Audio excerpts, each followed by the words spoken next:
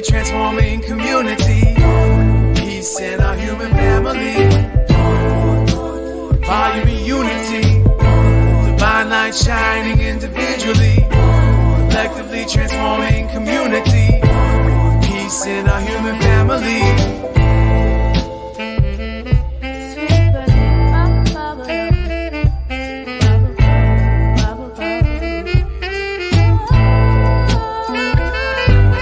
One love, one growth, as above, so below. Feel the pain in my soul, the red pill dissolved.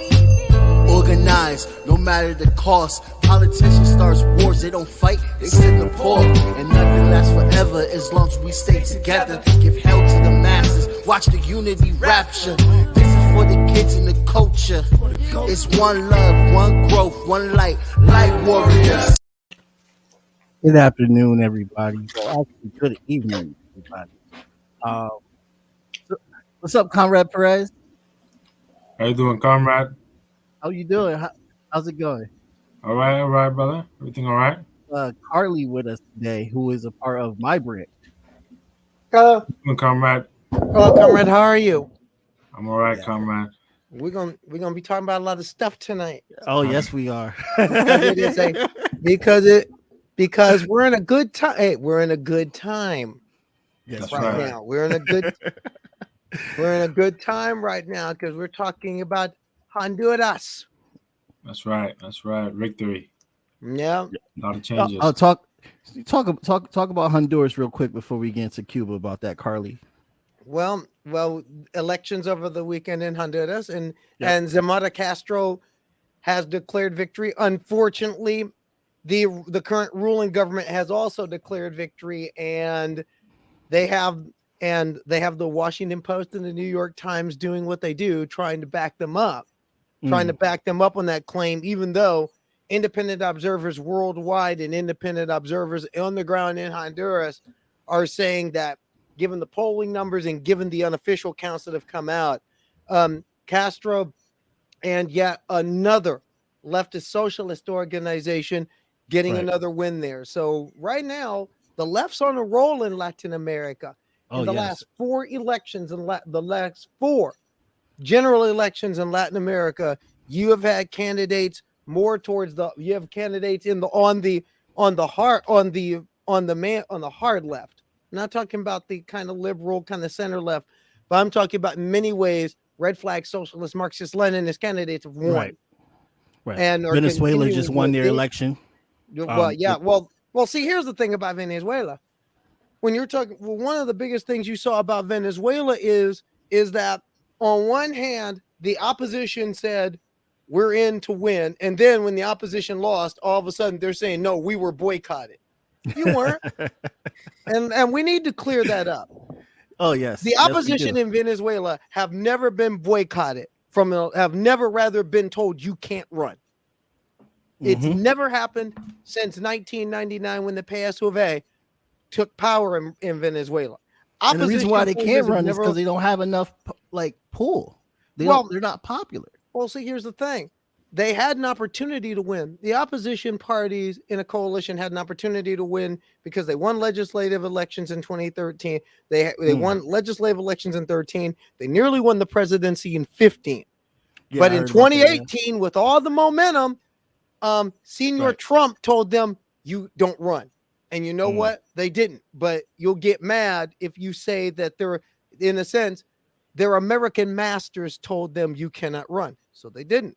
Right. But they're trying to say that the election was illegitimate because we were banned. You were not banned. You chose not to participate. That's what happened in Venezuela. All these opposition groups are told they chose not to participate. Then they spread the other lies, like Juan Guaido, who again, name was not on a ballot for this one. And they say there's no free press in Venezuela when there are 7 television networks in Venezuela, 6 are ran by opposition, and they run things that make Fox News look like Breakthrough. So, all right, I didn't know that part. Yes, there are 7 television networks in Venezuela. 6 out of the 7, and 6 are ran directly by opposition groups, by big businessmen, by the bankers. And seriously, they pump out stuff every minute of the day, which is anti-government, anti-Maduro, anti-Chavez. Like I said, they make Fox News and OAN look like Breakthrough. They have commentators that make Sean Hannity look like our boy, and they make him look like our main man, Eugene Puryear. That's the facts that most Americans don't know. Right. And thank God for Abby Martin, because otherwise that's the only way anybody in El Norte would know. Right. Is people like like Empire Files. They've been telling these stories for 5-6 years. So when we look at all these different things, when they say that it'll take days to count the votes, what they're really saying is it'll take days for the CIA to try and fix this thing. That's what they're saying. When they say that the election's illegitimate, what they're really saying is our boy didn't win. Yeah. That's what this is really about. Yeah. So no, we're seeing Latin America once again say, I mean, this is even touching Mexico, because AMLO was kind of backsliding a little bit, but notice how he's starting to trend more and more to the left. Notice that in a sense, I mean, Obrador is coming back home right now. He's starting to go right, but he's starting to run back to the left, because they realize Latin America, from Mexico all the way down to Argentina, is starting to it's moving left, and they're really afraid about that. And they're really afraid about next year, because we know they're going to, I mean, the forces of oppression and fascism are about to lose a big pillar next year when Brazil has their elections. Well, because hold on, let's not get into that yet. Comrade Perez, did you have something to say real quick? Because I noticed that you were wanting to chime in real quick. Yeah, I want to interrupt the comrades. Oh yeah, Carly is known. What's happening in Honduras is very interesting, and it's interesting because it's moving to the left. But not only that, it's the Xiomara Castro husband was Zelaya, which was actually a right-wing president. When he tried to implement and go against the empire, he was blocked in every way, making him actually seeing, all the contradictions and all the bumps that the imperialists put on Latin America and the global South. Say, hey, this is when he started moving, listening to Hugo Chavez and Fidel Castro, saying these guys were right, and we're seeing another tide, another shift of we have Honduras, we have Mexico. We can use the litmus test as what do they say about Fidel Castro. So President AMLO from Mexico, he said wonderful things about Cuba. He said wonderful things about Fidel Castro. And you have Mexico, you have now Honduras, you have Peru, you have, of course, Cuba, which was actually standing strong for the first alone by itself, Not until Nicaragua came, then Venezuela, Now, and now we might win in Chile as well.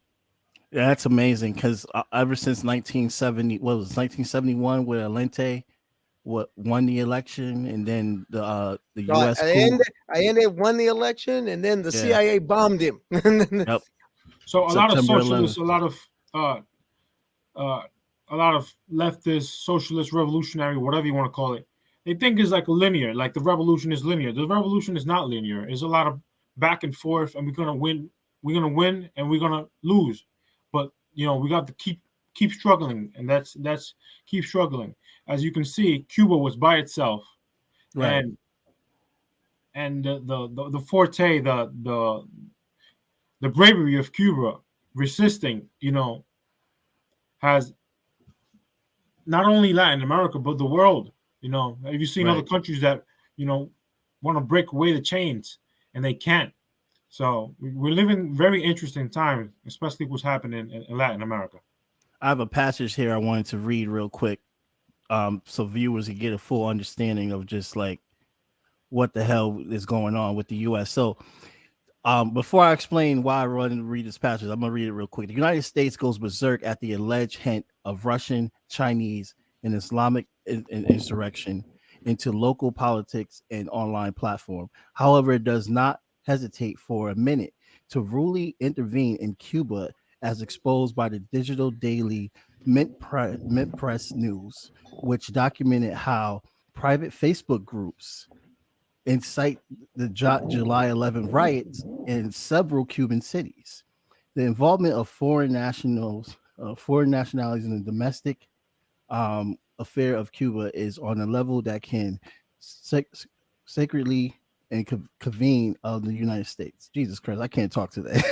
It says the publication adding the people who sparked the July 11 protests in Cuba are planning similar action for October and November.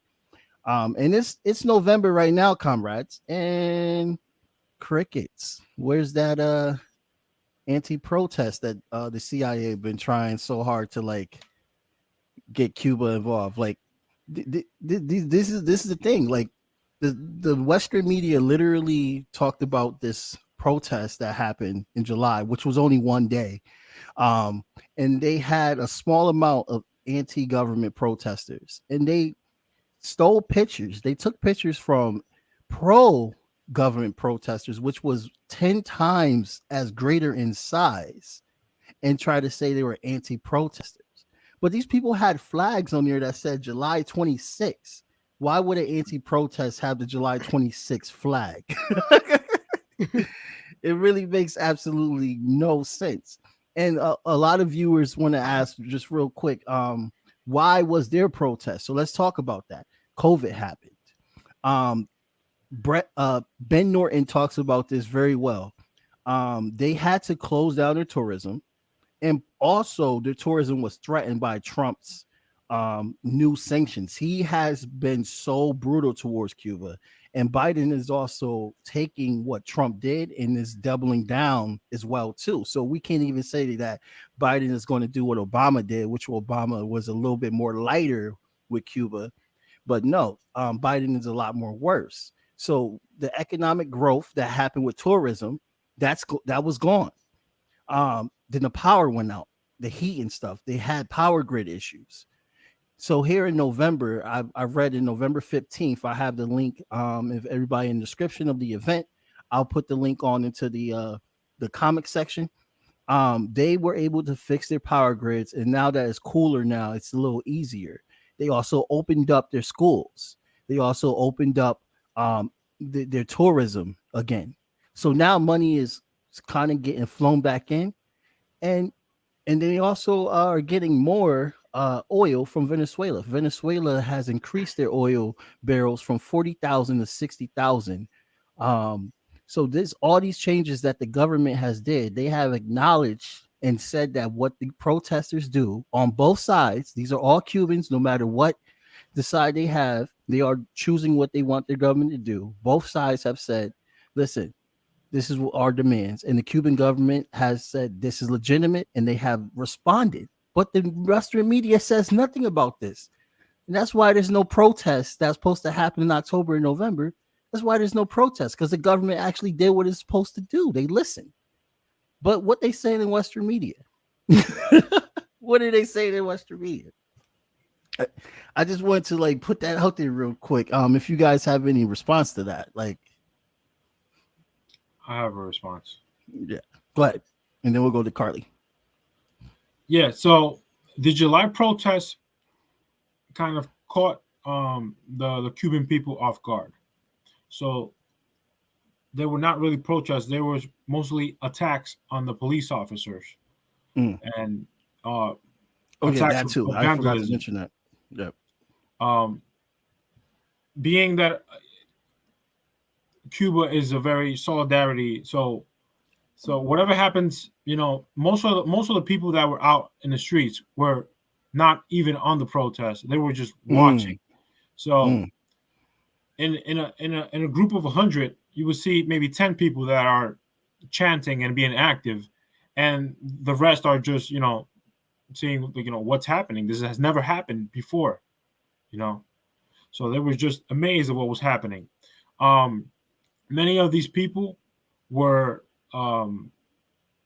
subsidized and paid by recargas. Recargas is just to put minutes on your phone and send you amount of money to the Cuban people. So what these people from Miami, the gusanos from Miami, what they like to do is, they come here they say, to help out their families, but they blackmail them, say, hey, if you don't do this, if you don't do that, if you don't say the regime, then I'm not going to send you money.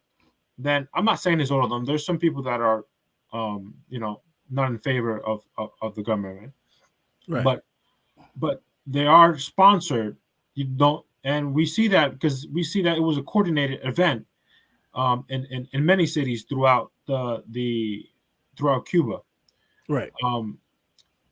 They started beating cops with rocks, destroying the cars, going into stores, trying to, create chaos because the cops. There was not even one dead. There was no proof of one person dead in Cuba, and there was a lot of proof. You see this. They crack their heads, they're bleeding and stuff like that. And this is because you imagine what would happen if people here start throwing rocks at cops. Oh God. People get killed for holding a pen, for Right. anything. We see how they treat minorities in the United States. You're guilty until you're proven innocent. Right. Facts. So in Cuba, they don't have these. Look what happened yesterday in Black Friday. How many malls were there were shootouts? All this violence. This is not. We're not in Cuba. We're not used to this violence. So a lot of people came out to the streets and says, "What's happening?" Right. Kind of fast forward. They were calling, all these YouTubers, they live off that. They live off the embargo. How do they live off the embargo? They want Cuba to suffer as much as possible, so they can blame everything on the Cuban government. Right. These YouTubers, they make money, and all these not only YouTube. Well, now is a new, everything modernized and everything evolves. Now the new fight is on social media. So these YouTubers, they edit, they have a sophisticated group because these are funded by. If you follow the money, it's always come from some government funding from the U.S. And a good source, well, it's in Spanish, is El Guerrero Cubano exposes all that, but unfortunately, it's only on Spanish. It exposes all where they get their funding. Like the example, like the National Endowment for Democracy. Right. Yep. So,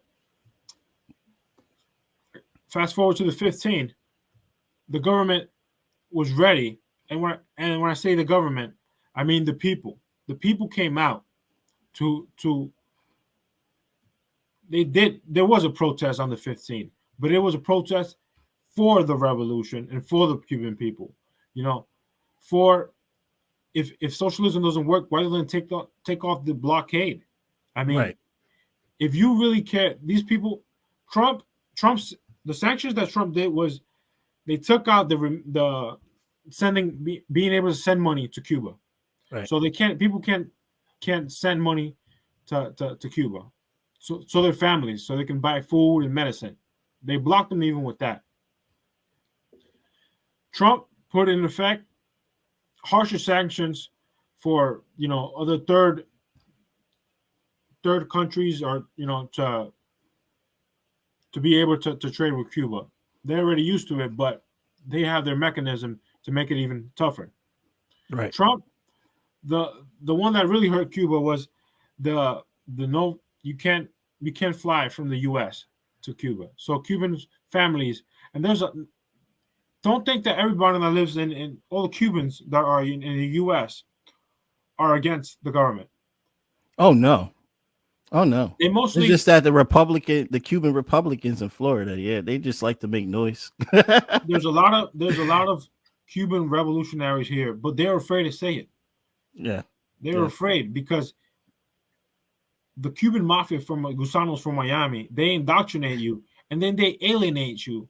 Or they're, you won't have any friends. You can't go to the local bodega to shop. You won't be able to live if you don't say that you're against the government. So a lot of them, they're either give in into the propaganda or they're just silent. But now because of social media, we're able to see more and more. Right. And to bring it back to the 15, so there was a protest. There was the Cuban people defending the Cuban revolutions, and actually, it was funny how President Diaz-Canel was at with his people, with the jóvenes, with the young people. He was sitting down, and I think it was NBC that put him. Look, there's this guy here protesting against the Cuban government. And he's the fucking president. I mean, they don't even know what the president looked like. They don't even know what the president looks like. They just hate us. That says a lot.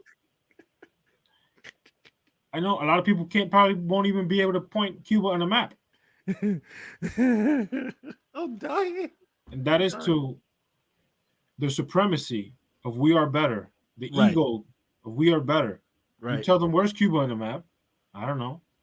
There was a like the survey of asking American where is this, like asking them 10 where can you find these 10 countries on the map, and a large number of Americans can't name all the countries. That's sad. That says a lot. Sad. Carly, you have something to say? No, basically, Comrade Perez is saying everything that needs be said at this point. Right. I mean, but the thing that I find interesting is, as like, first off, when we talk about back in July, more people protested in Miami than they did in Havana. Yeah.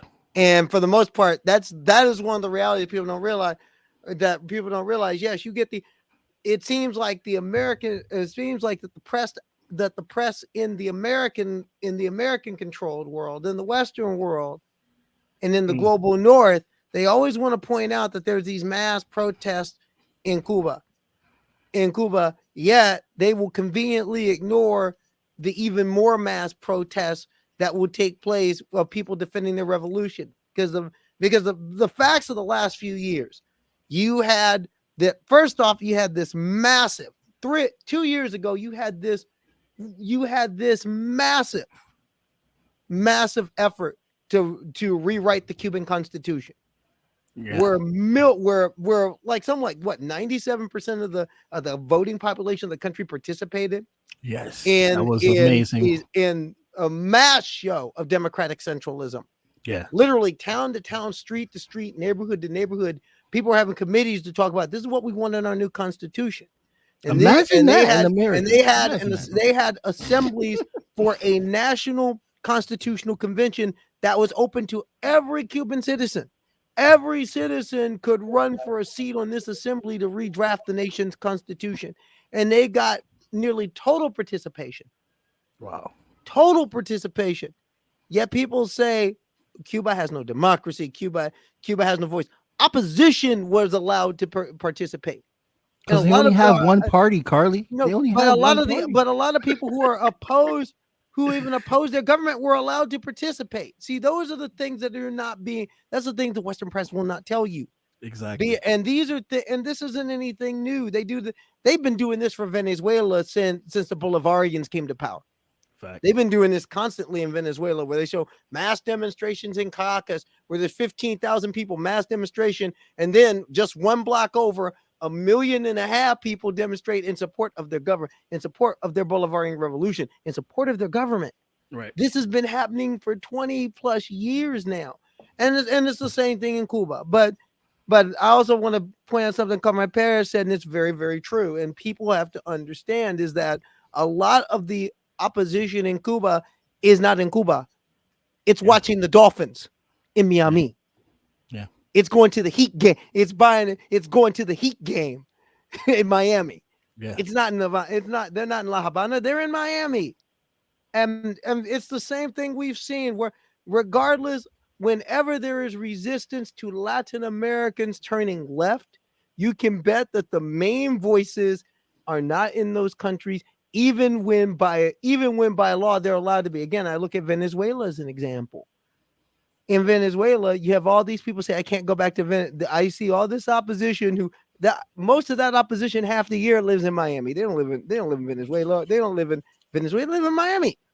Mm. That this is what and where is this opposition? Another thing is where are they getting the finances from to do what they're doing? They're getting it from US Agency of International Development, National Endowment for Democracy, which is really the CIA.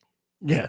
Now really, that's what I'm saying. Those are the people that you need to watch. They're in our Western media. A lot of the people that they put on CNN, you look at their track record. We're not fucking lying. There's no conspiracy about this. They're all CIA groomed. Well, at this point, I mean, between those organizations, between things like the School of the Americas, which is still open, School of the Americas, and there are people who still think that is there are people who think that that's a conspiracy. Oh, that don't exist. I have been there. I have seen where that is. Nice little college campus looking facility in Georgia. I've seen where it is. Where they literally, basically, it's how they crank out little junior Pinochets. It's what they do there. I mean, but what I see in Cuba, what we're seeing in Cuba is you figured that we get the hint after 60 plus years. Right. We have tried the blind. I mean, here's an example. If socialism does not work, let's prove it. Exactly. Lift the blockade. Lift the blockade. Lift the blockade. That's all we got to do now. And lift the blockade and let Cuba put their vaccines on the market. Right. Because the fact of the matter is, those vaccines are going around the world. Cuba's saying, since you want a blockade, since I can't get Moderna, fine, we'll create our own. And a lot of the world is getting Cuban vaccines, and that's thank God for breakthrough news, giving you the story of how the vaccines were, how Cuba developed their own defense against COVID, and now that defense is going to a lot of the global South. Yeah. And that's something that people don't want to tell you. And that's another thing we talk about when we talk about this, things like right now with the new variant that's coming around, and that's a global north and south. That's a global north and south issue. Right. I mean, if we are really serious about fighting COVID, we shouldn't be blockading Cuba. We should be working with them. Yeah. This island, despite this economic blockade, has developed 4 different vaccines. Right. And they are steadily getting those out to the countries that need them. 5. That's right. They've developed 5 different vaccines in there. But more importantly, they're not only building. I thought it was 4. It's 5, comrade? Yes, it's 5. Wow. But they're getting enough. But they're building enough capacity, even under the constraints of the blockade, to not only handle Cuba. Those vaccines are going to Venezuela. They're going to Vietnam. Some of them are going to Italy. In fact, who was the first country to help Italy when all hell broke loose in Italy last year? Who was the first country that said we can send aid and we will send doctors? It was Cuba. Yep. The whole Western world didn't really. They responded late. The Western world, in many ways, a lot of the Western world is saying we're going to close up our borders. In many ways, COVID, not to get too far at the topic, comrade, but this is an important link here. What we're seeing with COVID is a dress rehearsal for what we're going to see with climate when the climate emergency really gets bad. Right. The Western world is going to try and wall itself off. I'm gonna cut and paste all this because I just realized we're putting this in the private chat and it has to go in the comment section so everyone can see it. Yeah, I like to add what was the first thing that happened when COVID? Cuba sent doctors to help out around the world. Yep. And the Western countries, what did? Close out their borders, close out their airports. They did everything to leave people out. What did Cuba did? They sent out their doctors. Cuba has an army of doctors. They don't have an army to kill. They have an army to save lives. right That's when amazing. the earthquake happened in 80. They didn't even need to go. They had doctors there already. Right. Mhm. There Right. was a cruise that from the UK, from Britain, that was stuck, and nobody wanted to take them because they had people with COVID. What did Cuba do? Cuba take them. Cuba Cuba took took them. them. Mhm. Even though they're imperialists, Cuba Yep. has a heart of gold, and doesn't take them. So imagine they don't want to lift the blockade because, as Silvio Rodriguez said, a great Cuban artist, musician, said, if we are so generous with the blockade and have so much solidarity with the blockade, you imagine how much more generous and more solidarity we would be without it. Yep. Right there. Mhm. Drop the mic. It'll be so great. It'll be so great. One thing I wanted to like show you guys real quick about what Comrade Perez said about how social media is literally changing the narrative. Um, I I looked up. Now this is the North American Latin Congress. They compared the protests that happened in Colombia, which was months, compared to the response of how the U.S. was responding to them. And then they also compared to how the U.S. depicted how Cuba responded to the protesters there. And I mean, as comrades, we already know that at this point, Latin America, at this point, Colombia, just like Chavez said, Colombia is basically the Latin Israel. Honestly, Colombia is straight up the 52nd state. It's unofficial, but it's a straight up 52nd state. Our government controls Colombia. The police are insane over there. They murdered people in these protests. All these types of things that went on. Carly has something else that comes up. Let's see what she got. Just all those people, just to make sure that we know that NBC Wow. had the wrong guy. Look at that. I would also like to add, right the same day this protest happens, Diaz-Canel goes down to La Habana to see what's happening. What kind of president does that? Right. Goes Right. out to talk to the people. Like, hey, what's happening? To go to debate and talk to people. Dude, that's the president. You think the sitting president of down the with United people. States would do that? No, they'll go into a bunker right away. No. Or they'll No. or they'll do a photo op like President Trump did. Remember President Trump with two Corinthians? With the Bible? Yep. Yo, dude, that was crazy. That was crazy. The priests were just so shocked. Like, they were like, bro, he came over here and gassed everybody. Then he did a photo op. Like, what the fuck? No, but That's insane. but that is what we're but those are the things that we see. But again, that's the things that that's the things that we're not seeing. And that's why it's good that comrades were here tonight, because these are the things that many people do not see. Right. And having been a working journalist and worked in the corporate media, we're not going to show you that. Yep. The corporate media will not show you that. It is in our interest for you not to see this. Right. That's why, again, you don't want to see the president of Cuba hugging up with his people. Yeah. In the middle of a pandemic. And you'd be surprised the number of, that's one reason why they want tighter control of the internet. And that's why, for example, the things that our fellow comrade Chris Garaffa talks about when they're doing the tech segments, when they're doing like the tech segments for like Sputnik Radio and whatnot. These are the things they're talking about. Because let's face it, if the capitalists could control the internet, they'd make sure you never see a page for grandma. Facts. They make sure you would never see a page from grandma. They do not want you to see what I just showed you. Yep. And that's the thing. The internet in some ways is a great equalizer, because all of a sudden, if you want to know about the PSUV, you can go to their website. President Maduro is always on Twitter. He tweets as much as Donald Trump did. Yeah, I see him all the time. He's always tweeting. He even returned a tweet from me once.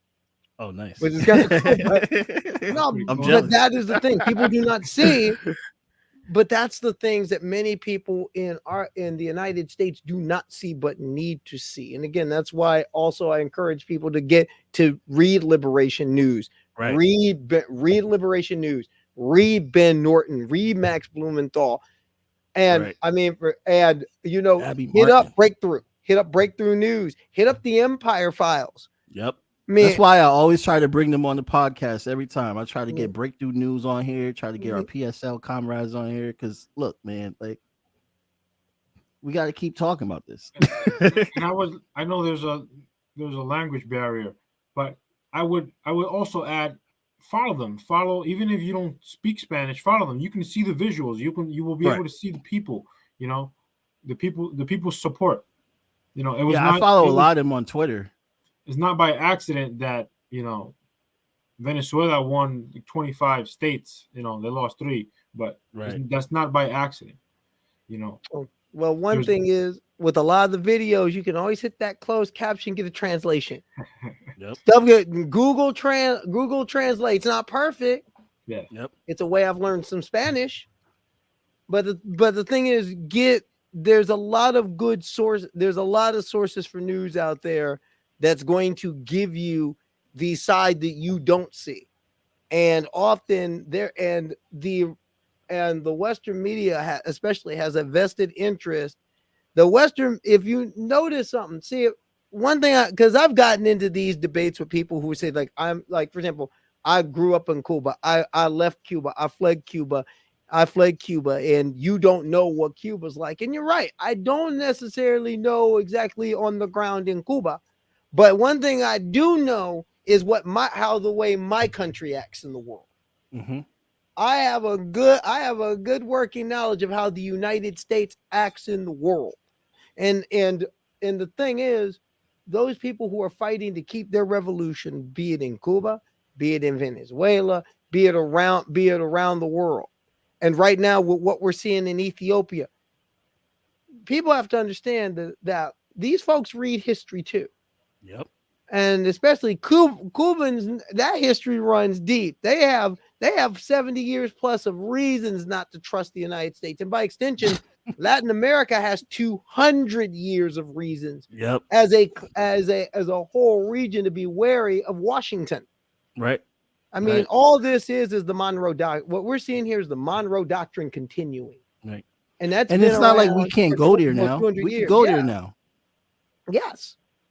But more so, a lot of people have to understand. No, I understand the way if you know even the post-World War II history of the United States.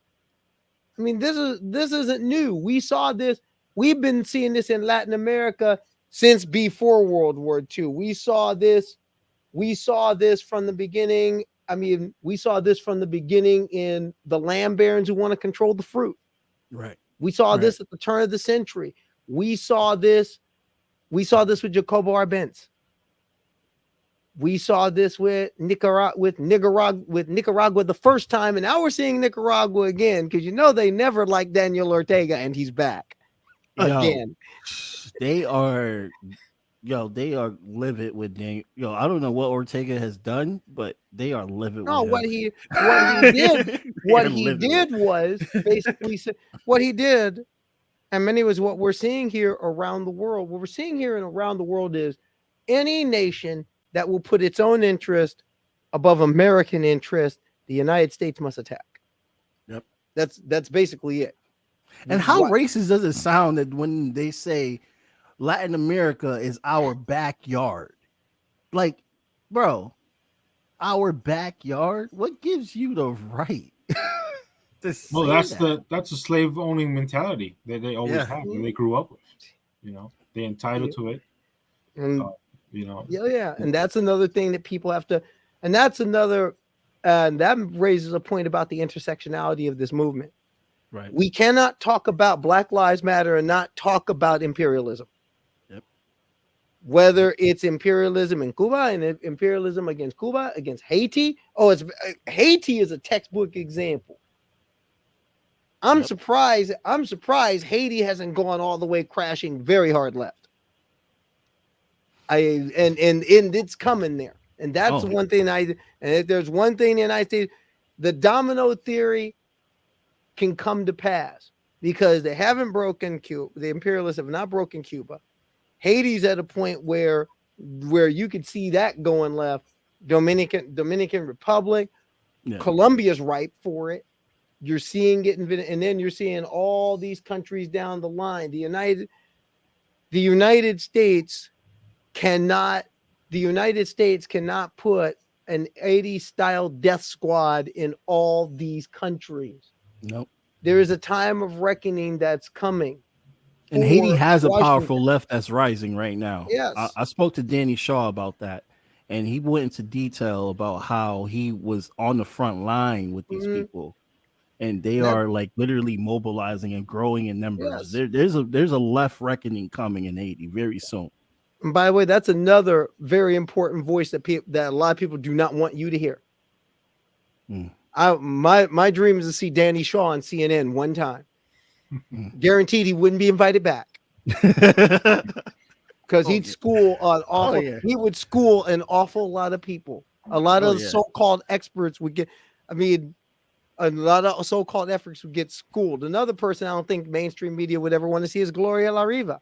Nope. And unlike a lot of people, Gloria La Riva was in Cuba during the November protests. She was knew there. Castro. She knew all of them. She was in the administration. Like she was has there. The knowledge. All what's going on in Venezuela. She's been in that country more times than any journalist in the United States. She was just there last week. Yes. That's the thing. They don't want you to hear again. We don't want you to hear these views. We don't want you to hear these views. We don't want these views are not to be heard. They're not to be challenged. And that's what this really is about. Like Comrade Perez says, this is a very imperialistic, very arrogant viewpoint that has been around for nearly 200 years. But now that viewpoint is running into the reality is that center cannot hold. Right.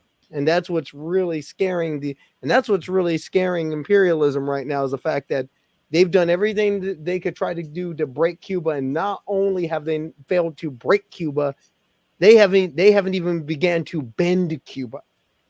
The Cuban people have stood steadfast through all this time, through the blockade, through an attempt to strangle and starve them. Yep. Eventually, you're going to run out. Eventually, they realize you're getting tired and you have to talk. President Obama, to his credit, understood that. And that's why he was starting to make moves toward that direction. President Obama understood that this cannot go on forever. We cannot continue to do this. And actually, the main reason why you have so many people in Miami who are for it is that they're for the microphone. The vast majority of people of Cubans in South Florida are like, they're shaking their head saying this got to end. Yeah.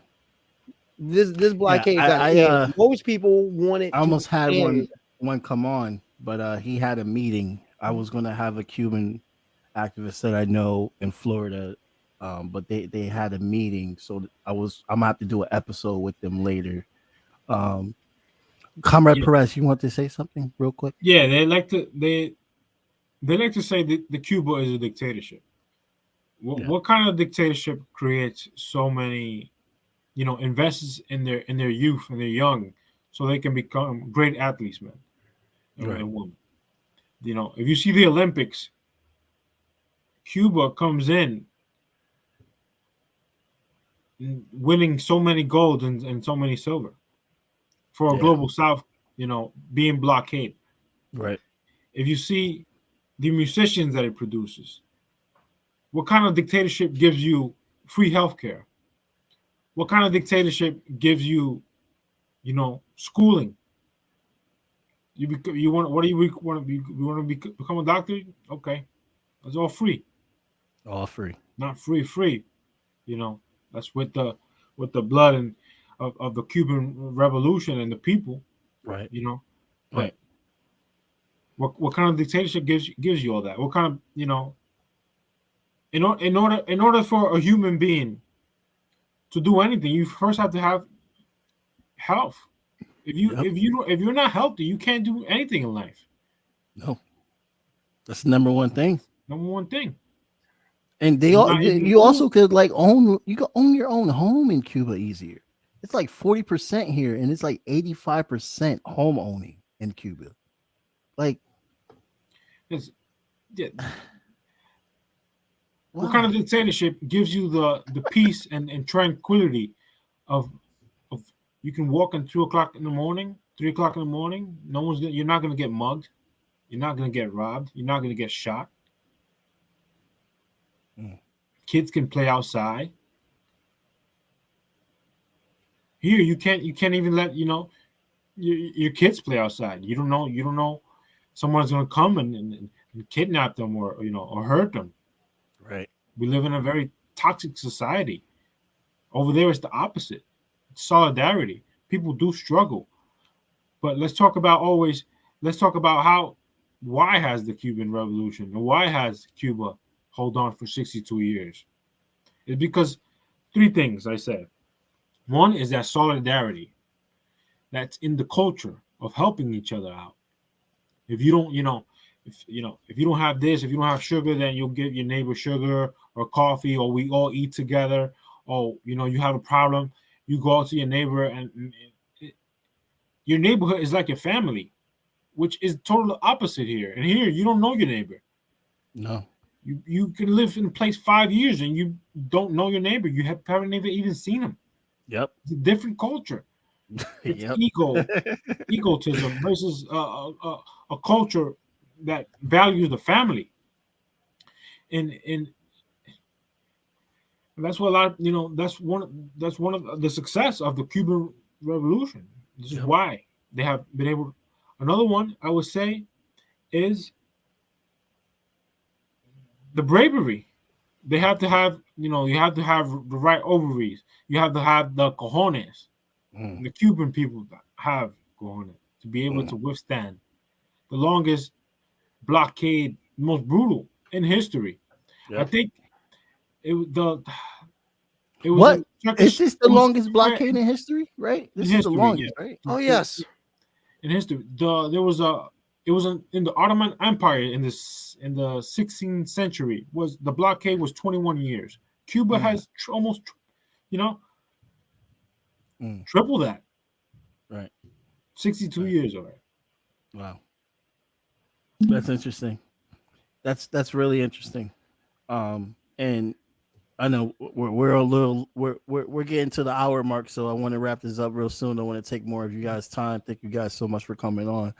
Um, where can so let's go by. Let's start with Carly and then Comrade Perez. Just let everybody know where they can find you, and also like what if you got anything that coming up, or just any last words that you would like to give.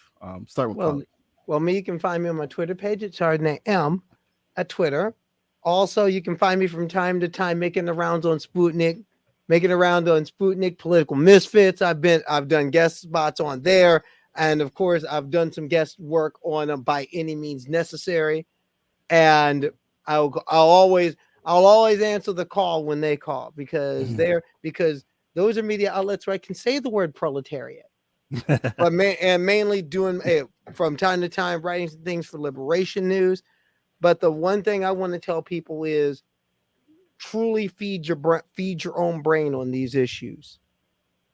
Feed your own brain in these issues, because I'm not saying don't listen to the mainstream imperialist media. In fact, you should. Yes. You should watch them, listen to them, but then also, but supplement that with sources like Breakthrough, sources like the Empire Files, reporters like Ben Norton.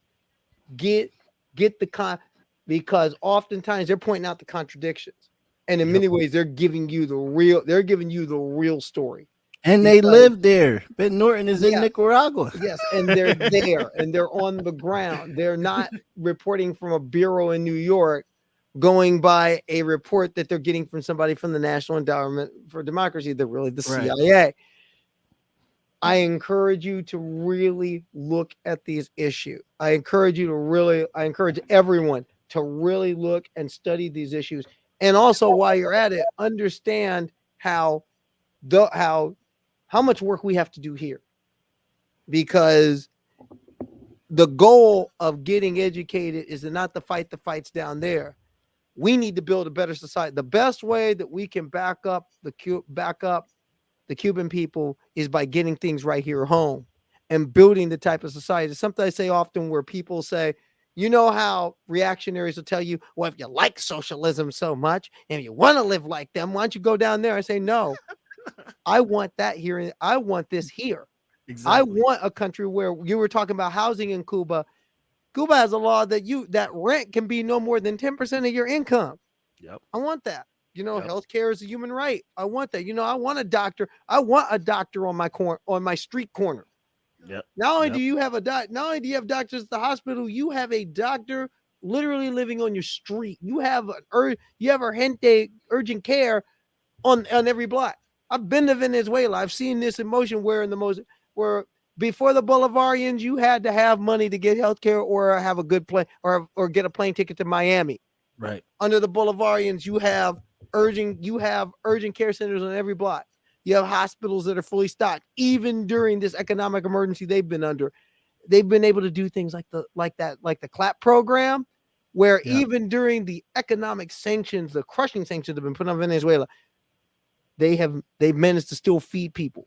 They've managed to still build a million new houses under an economic blockade. Now, and of course, the heroic things the Cuban people have done. So I encourage people really seek out all this information, but most importantly, do the work here in the United States to build the type of society we want to see. Because I don't want to move down there for socialism. I want it right here.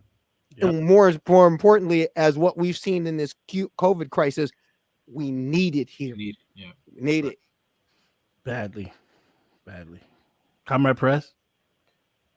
Yeah, I mentioned two reasons why, the Cuban Revolution has been able to... I'm sorry. Did I cut you off? My bad. I didn't mean to do that. No, you didn't cut me off. I want to hear Comrade Perez. Oh, no, I was asking Comrade Perez. Did I cut you off when you was about to do the third reason? I'm sorry about that. I didn't think you think it. But the third reason is class consciousness. So we see that in Cuba. That's why they have been able to resist. And we're now seeing it in Venezuela with all the attacks to their economy.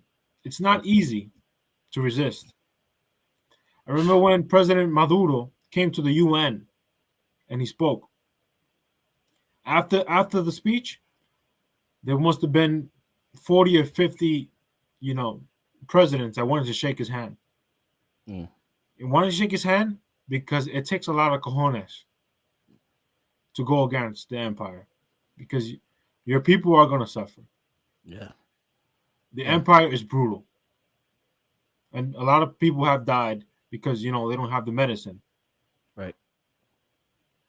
So I would like to say to your audience, do your own research, try to see things from both, analyze both sides, but make sure that you are getting to both sides, because here in the U.S. we don't really have a left, and our voice is suppressed, so it's kind of hard to see a Marxist or Leninist perspective. So do follow those Marxist, Leninist, or progressive media outlets, and also follow those people that have a voice for the little people, and become one of those yourself. So after you analyze, if you like something, share it, and fight the narrative of U.S. imperialism in their lies. So make sure you stand up, because people are watching and you are influencing. And if you get one person that feeds you in your feed 10 lies, and you post one reality, hey, look at this protest. You're telling me that's a protest? Wait a minute, that's the president there. You guys are lying. That's a Julio July 26 movement. That's a lie. Just one. So please share it. Go against that narrative. You have to share it. You have to share. You have to keep. We have the system now. It's changed now. So now we have a voice now. Before, if you wanted to learn something about Cuba, somebody will have to write you a letter, or if you were connected, you had to talk to somebody on the phone. Now you can find somebody on Facebook. You'll find somebody on Twitter to see what's going on in Cuba. You can become friends with them, for some people, and talk to them directly through WhatsApp. You can talk to them directly now, like. And now you can also there's a lot of people that are doing that. Like I said, it's in Spanish, but they're doing YouTube, and you can see the other side, the other narrative. Why the revolution keeps going? Why? Right. We see if it wasn't successful, it would have failed. I'm Comrade Perez, the socialist accountant on Instagram, and El Contable Socialista on Instagram in Spanish. That's where you can find me. Thank you, Comrade Perez. Thank you, Carly. This is awesome. It's good to see all you comrades. I know, Perez, I've been trying to get you on lately, and you've been like mad busy, getting it done. Out in these streets and everything. That's what we got to keep doing. In the streets, in the goddamn streets, 24/7. You got to be in the streets because that's where the people are. You're not going to find the people, and that's where we're going to win. We ain't. This isn't going to be one in the suites. It's going to be one on the streets. Exactly. Let's wrap this up, guys. I'll definitely gotta get everybody back on again. This was freaking awesome, man, and I'm so happy that y'all had the time to, because I know this was last minute.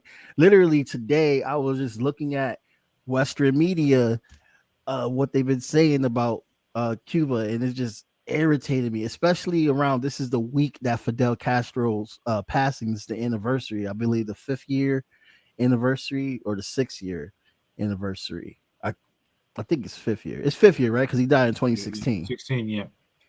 So this is the 5th year anniversary, and it's like, of course, there's going to be some Cuban nonsense that the Western media is pulling together around the time of his anniversary of his death. Like, it's so fucking rude. Like, a quote by Fidel Castro. He said, "Before the revolution ends in Cuba, there will be a revolution in the U.S."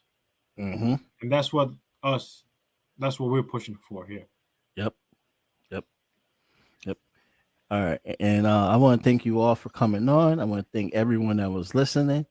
Definitely share, like this video.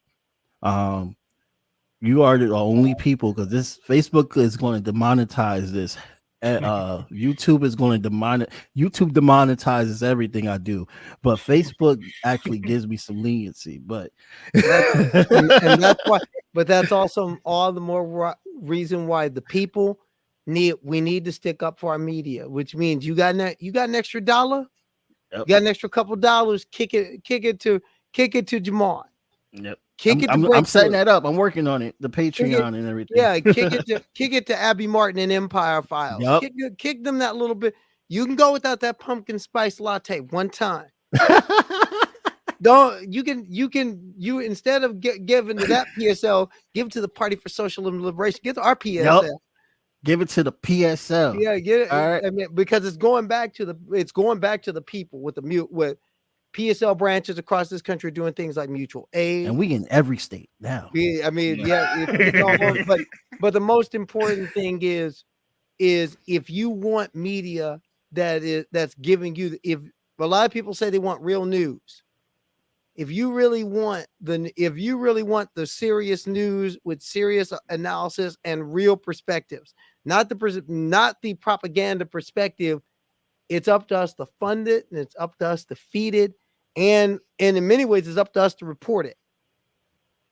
It's up to us to do it. It's got to come from the people up.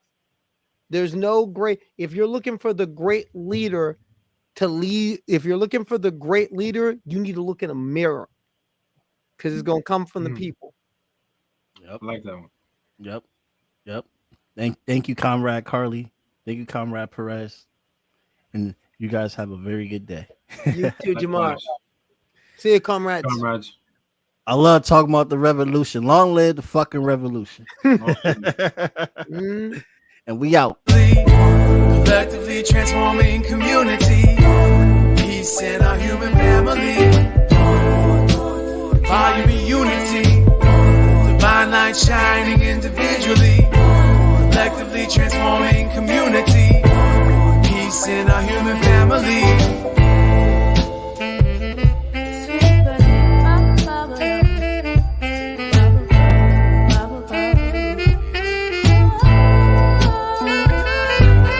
One love, one growth, as above, so below. Feel the pain in my soul, the red pill dissolved.